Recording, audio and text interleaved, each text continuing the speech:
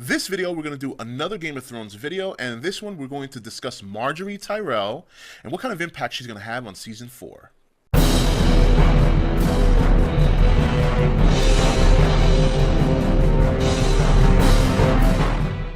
Okay guys, welcome back. So Margaery Tyrell has quickly become one of my favorite characters on Game of Thrones. Prior to that, I would say my favorite characters were, of course, Tyrion Lannister, Jon Snow, and Arya Stark. And those three are pretty common favorite characters amongst a lot of fans, and it makes perfect sense. I mean, they're really good characters. They're played by some wonderful actors, and so, you know, those are the three that I have gravitated towards throughout the series. But I gotta say, Margaery is quickly climbing that ladder. You know, we first met her in season 2, when Catelyn Stark went to Renly Baratheon for assistance after the death of Ned, and you know, she was there by his side. And you know, even though we all knew Renly's sexual preference, he's trying to keep that a secret. So obviously, he's trying to be more political with his pre-union at the time with Margaery Tyrell. But obviously the Tyrells supported Renly Baratheon because he was a pretty good man. They probably felt they could manipulate him, because I don't necessarily consider the Tyrells a good guys. You know, I think there's something there that we just haven't seen yet. But with this show, something I've learned quickly is that one person can seem like a good guy in the outset and later on become somebody who's either an anti-hero, borderline a bad guy, or just a bad guy outright. So, you know, and the thing of it is, you got to remember too, when she was discussing, you know, the throne and her, when she was having that talk with Peter Baelish, Littlefinger, you know, she told him, she said, you know, I want to be the queen. And that to me sounds like she wants to rule by herself. That doesn't sound like she wants to be married to somebody who's a ruler. Either that or be married to somebody but be the ruler, like the dominant person in the relationship. And the thing I love about Margaery, she's very clever. She's got no fear. She's the kind of character that can do just as much damage with her charm and her wit than she can with a sword, if she even knows how to use one. And the thing I loved about Season 3 was how she handled Joffrey. She had no fear of him. She knew what he was capable of based on Sansa.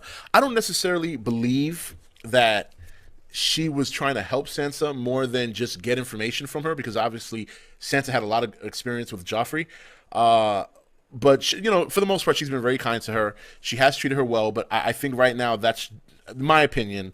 I don't think it's completely out of being a good person. Obviously, I think she's trying to get some information. I don't think she necessarily cares about Sansa. I hate to say it. I just don't trust people to be that good. And considering how I've seen her play the game a little bit with Joffrey, I'm more and more convinced of that now. So, and you know, with Joffrey, she was so good, and you could tell it bothers Cersei because she's never really seen her son be a little bit. What's the word I want to use? She's never seen her son be like in awe or enthralled by somebody. And Margaery seems to have that knack.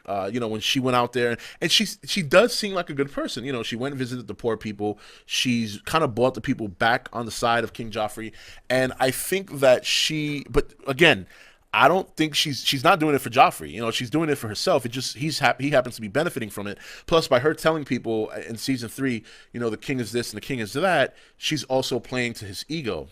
Now, the biggest test came when Joffrey was starting to question her and her loyalty, when he discovered, you know, when he addressed her and what happened with Renly. And she took care of herself so good at that part.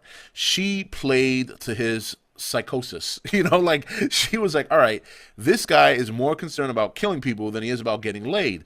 So throwing poontang at him ain't gonna work. Let me stroke this crossbow and work his, you know, I'll work his loins that way. So, and it worked. It worked. And that's what I love about her. So now, you know, after viewing the trailer, you know, they show a scene where it looks like they're going to get married. So obviously, now she's going to have to deal with Joffrey on a whole different level. It's going to be interesting to see if he's finally going to get laid, because, you know, I refer to him as the homicidal Justin Bieber. He's annoying, you know, and he just goes and starts killing random people.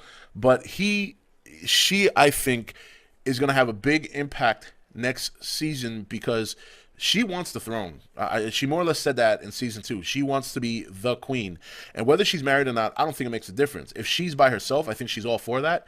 And if she's married, her husband better just stand back and let her run the show. And in some ways, she's doing that already. She's become an ambassador while she's been at Joffrey's side, while Joffrey's sitting there killing whores with crossbows. So, so I think Margaery. I love the actress. You know, a lot of people don't know she was in Captain America. She had that very small scene where she kisses Captain America after he saved all the people. She's very, very beautiful. I love her. I mean, I think she's pretty hot. And I like the character. I really, really like the character. That's one character that, like I said, has come up from the depths and caught my attention. You know, along with Rob Snow, I like very much Arya Stark. You know, Tyrion Lannister. Margaery Tyrell has become another big favorite of mine, and I'm so looking forward to her in season 4 to see how she's going to further manipulate and interact with Joffrey. So it's going to be a lot of fun. So anyway, guys, that's pretty much it for this video. That's all I wanted to say. I just wanted to give a little spotlight on Margaery. I want to hear what other people think about her. Obviously, as you remember, the comments will be set for approval, so that way no trolls can come in here and try and spoil anything, so everybody can live a spoil-free Game of Thrones life while they're here on my channel. You can rest assured that when you come here to comment or talk about the show or an episode or whatever, there will be no spoilers in the comments below. Thank you for watching. I'll see you next video. And like I said, as we progress closer and closer towards season 4, we're going to be talking about more and more Game of Thrones as we get towards that season debut. Take it easy. See you next video. Hey guys, welcome to Entertainment Talk Nation. I'm your host Rob. This video we're going to do another Game of Thrones video, and this one we're going to discuss Margaery Tyrell and what kind of impact she's going to have on season 4.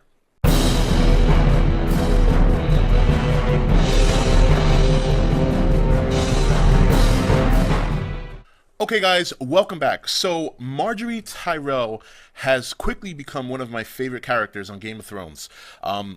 Prior to that, I would say my favorite characters were, of course, Tyrion Lannister, Jon Snow, and Arya Stark.